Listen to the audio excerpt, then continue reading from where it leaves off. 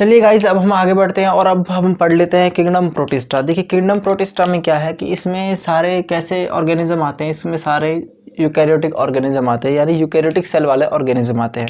मतलब जो ये वाला किंगडम है इसके अंदर क्या होगा, सेम ऐसा ही होगा जैसे प्रोटिस्टा में था, लेकिन वहाँ पर प्रोकैरियोटिक की जगह यूकैरियोटिक आ जाएगा। बाकी ज़्यादातर चीज़ें लगभग सेम है। और जो सबसे ज़्यादा कॉन्ट्रोवर्शियल जो किंगडम है वो किंगडम प्रोटिस्टा है। आपसे एग्जाम में पूछ सकता है कि सबसे ज़्यादा जो कॉन्ट्रोवर्शियल किंगडम है वो कौन सा है, देन आपको आंसर देना है किंगडम प्रोटिस्टा। जो किंगडम प्रोटिस्टा है इसके अंदर सारी यूकैरियोटिक ऑर्गेनिज्म आएंगे। जब आपने ये वर्ड देख लिया यूकैरियोटिक, तो इससे आप बहुत सारी चीज़ों का आइडिया लगा सकते हैं कि इसके अंदर वेल डिफाइंड न्यूक्लियस होगा, सेल ऑर्गेनेल्स होंगे विद प्रॉपर मेम्ब्रेन्स। देखिए गाइज, अब जो ये यूनिसेलुलर ऑर्गेनिज्म है यानी कि इनके अंदर सिर्फ एक ही कोशिका होगी, इनके अंदर एक ही कोशिका होगी, बाकी सब सेम होगा। देखिए कुछ के पास सेल वॉल होगी, इनमें से कुछ के पास सेल वॉल होगी और कुछ के पास नहीं होगी, कुछ के पास नहीं होगी। इनमें से जिनके पास सेल वॉल नहीं होगी उनको बोलते हैं युगलीना। क्या बोलते हैं? Euglena, euglena. ठीक है। अब जो ये युगलीना है इसके बारे में ज़्यादा बात नहीं करते क्योंकि छोड़े, इसके बारे में कोई ज़रूरी नहीं है। बस ये जानना जरूरी है कि कुछ के पास सेल वॉल होती है, कुछ के पास नहीं होती। जिनके पास होती है उनका एग्जाम्पल आप ले लीजिए, डेस्मिड, डाइएटम्स, डायनोफ्लैजिलेट्स, उनके पास सेल वॉल होती है। लेकिन अब हम आगे बढ़ते हैं, इधर सीलिया और फ्लैजिला दोनों देखने को मिलते हैं। देखिए सीलिया मतलब क्या होता है, देखो सीलिया और फ्लैजिला कैसे अलग अलग होते हैं। सीलिया की जो लेंथ होती है वो बहुत छोटी होती है और जो फ्लैजिला होता है इसकी लेंथ बहुत बड़ी होती है।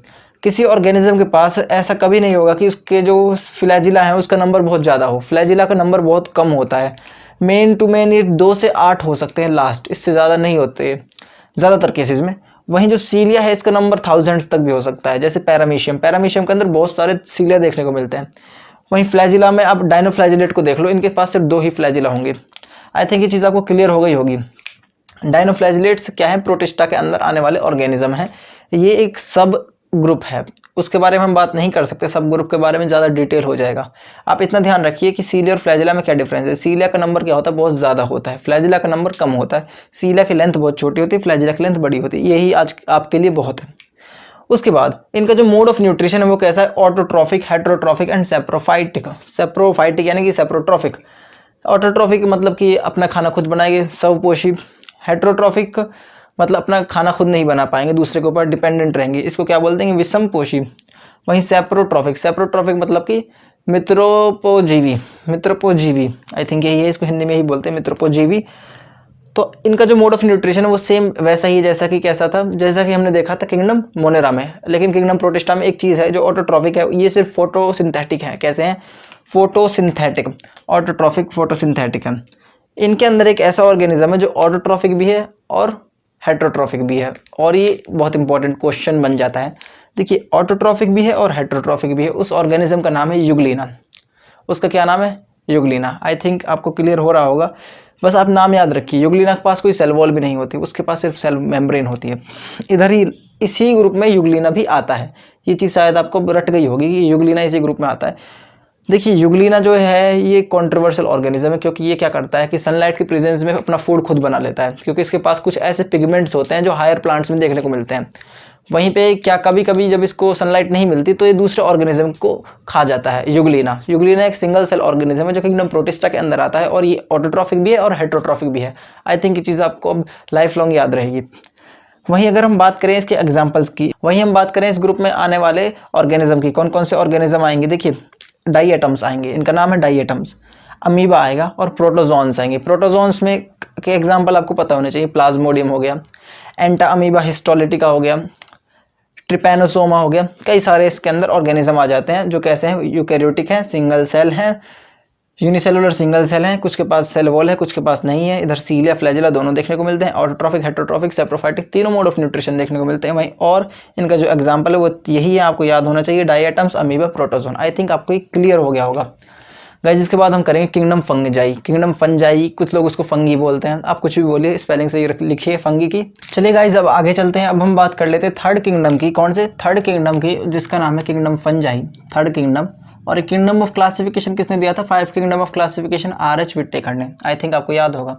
देखिए इसके अंदर क्या होता है, इसके अंदर बहुत सारी यूकैरियोटिक सेल्स होती है, बहुत सारी यूकैरियोटिक सेल होती हैं, सारी यूकैरियोटिक सेल होती है इसके अंदर। देखिए अब हम क्या कर रहे हैं, हमने किंगडम मोनेरा से स्टार्ट करा, सिर्फ उसी के अंदर प्रोकैरियोटिक सेल देखने को मिलती हैं। बाकी जितने भी किंगडम हैं मोनेरा के बाद उन सब के अंदर हमें यूकैरियोटिक सेल देखने को मिलती है। और यहाँ पर जितनी भी यूकैरियोटिक सेल हैं वो ज़्यादातर मल्टी सेलुलर हैं। First multi cellular eukaryotic cell kingdom is kingdom fungi, मतलब कि सबसे जो शुरुआत की है मल्टी सेलुलर ऑर्गेनिज्म की यूकैरियोटिक सेल के साथ, वो किसने करी? फंगी ने। अब सारे सेल्स इसके अंदर जो होते हैं, सारे जो ऑर्गेनिज्म है वो ज़्यादातर क्या है? मल्टी सेलुलर है। किसको छोड़कर? सिर्फ ईस्ट को छोड़कर। ईस्ट भी एक फंगी है, ईस्ट भी एक फंगी है। तो ये ईस्ट जो है ये यूनिसेलुलर होती है। और ईस्ट किसके थ्रू रिप्रोडक्शन करती है? ईस्ट करती है ज़्यादातर रिप्रोडक्शन जो करती है वो करती है बडिंग के थ्रू, ठीक है, बडिंग के थ्रू। तो ये आपको पता होना चाहिए। इसके अंदर सारे यूकैरियोटिक सेल्स आते हैं। सारे जितने भी यूकैरियोटिक सेल्स हैं वो कैसे प्रेजेंट होते हैं? मल्टी सेलुलर ऑर्गेनिज्म के रूप में, मतलब कि इधर मल्टी सेलुलर देखने को मिलेंगे और इसके अंदर जो यूनिसेलुलर होगा वो ईस्ट होगा। आई थिंक आपको ये बात समझ आई होगी। उसके बाद जो इसकी सेल वॉल है वो काइटिन से बनी होती है, मतलब कि जितनी भी फंगी है उनकी सेल वॉल ज़्यादातर किससे बनी होती है? काइटिन से। काइटिन क्या है? केमिकल सब्सटेंस है जो इसकी सेल वॉल को, कोशिका भित्ति को बनाता है। हेट्रोट्रॉफ्स, अब जो हेट्रोट्रॉफ है ज़्यादातर कैसे हैं? सारे ही हेट्रोट्रॉफ हैं। और जो हेट्रोट्रॉफ है ये कैसे? सैप्रोफाइट्स, ठीक है, मतलब कि ये मृत जो जीव होते हैं उनके ऊपर अपना पोषण, उनसे अपना पोषण लेंगे। आई थिंक आपको समझ आ गया होगा। और देखिए ये क्या करते हैं? सिम्बायोटिक रिलेशनशिप शो करते हैं। सिम्बायोटिक रिलेशनशिप क्या होती है कि दो लोग आपस में साथ रहते हैं, एक दूसरे का फ़ायदा करते हैं, ठीक है, एक दूसरे का फ़ायदा करते हैं इसीलिए वो रहते हैं। और यहाँ पर सबसे अच्छा एग्जाम्पल है लाइकेन। लाइचेन बोलते हैं, कोई इसको लाइकेन बोल देते हैं। तो लाइकेन और लाइचेन किससे मिलकर बना होता है? इसके दो कंपोनेंट होते हैं, एक फंगी का कंपोनेंट होता है और इसके अंदर एक एल्गी का कंपोनेंट होता है। फंगी प्लस में एल्गी क्या देखने को बना देती है? लाइकेन। लाइकेन के अंदर कितने कंपोनेंट? दो component. First component is algae, second component is fungi. दोनों आपस में मिलकर क्या निर्माण करती है? लाइकेन का, ठीक है। ये आपस में क्या करती हैं कि एक, मान लीजिए जो लाइकेन है और ये जो फंगी है, ये लाइकेन है फंगी प्लस में एल्गी से मिलकर बनी है। तो एल्गी क्या करती है? फोटोसिंथेसिस से फूड बनाती है। तो एल्गी इसको क्या प्रोवाइड कराती है? फूड वगैरह प्रोवाइड कराती है। और लाइकेन इसके लिए क्या कराती है? लाइकेन इसको जो है वो शेल्टर प्रोवाइड कराता है, ठीक है। आई थिंक आपको समझ आ गया होगा। देखिए अब इसकी जो एग्जाम्पल है वो बहुत इंपॉर्टेंट है। ईस्ट इसका एग्जाम्पल है, किसका? किंगडम फंगी के ऑर्गेनिज्म का। एस्परजिलस इसका एग्जाम्पल है, एस्परजिलस बोलते कोई एस्परगिलस। पेनिसिलियम, ठीक है। फर्स्ट एंटीबायोटिक किससे बनाई गई थी? पेनिसिलियम से, ये आपको याद होना चाहिए। एगेरियस, ठीक है, एगेरिकस बोल देता हूँ मैं तो इसको, मेरे को याद नहीं रहता, कभी भी मेरे से ठीक नहीं बोले जाते। एगेरियस, ठीक है, एगेरिस बोल देते हैं कोई इसको। ज़्यादातर आपको आपको क्या देखने को मिलेगा? इसके अंदर ईस्ट देखने को मिलेंगे, ये देखने को मिलेंगे, ये देखने को मिलेंगे, ये देखने को मिलेंगे। और इकट्ठा बोल देते हैं बहुत सारे लोग इसको मशरूम। आपसे एग्जाम पूछ सकता है कि मशरूम कौन से किंगडम में फॉल करते हैं, कौन से किंगडम में पाए जाते हैं, कौन से किंगडम के ऑर्गेनिज्म है? आपको आंसर देना है किंगडम फंगी। मतलब मशरूम किसके ऑर्गेनिज्म है? किंगडम फंगी का। आई थिंक आपको ये बात याद हो गई होगी। दोबारा से एग्जाम्पल देख लीजिए, याद कर लीजिए। Yeast, Aspergillus, Penicillium, Agaricus and mushrooms. I think आपको ये बात समझ आ गई होगी, क्लियर हो गई होगी। इसके बाद गाइज हम पढ़ेंगे किंगडम प्लांटी, और वो बहुत इंपॉर्टेंट होने वाला है क्योंकि उसके अंदर हमें 5 सब ग्रुप्स भी पढ़ने हैं, 5 सब ग्रुप पढ़ने हैं। किंगडम प्लांटी के अंदर कौन कौन आ जाएगा आप मुझे बताइए? थैलोफाइटा यानी कि एल्गी, उसके बाद ब्रायोफाइटा, फिर टेरिडोफाइटा, उसके बाद जिम्नोस्पर्म और फाइनली एंजियोस्पर्म।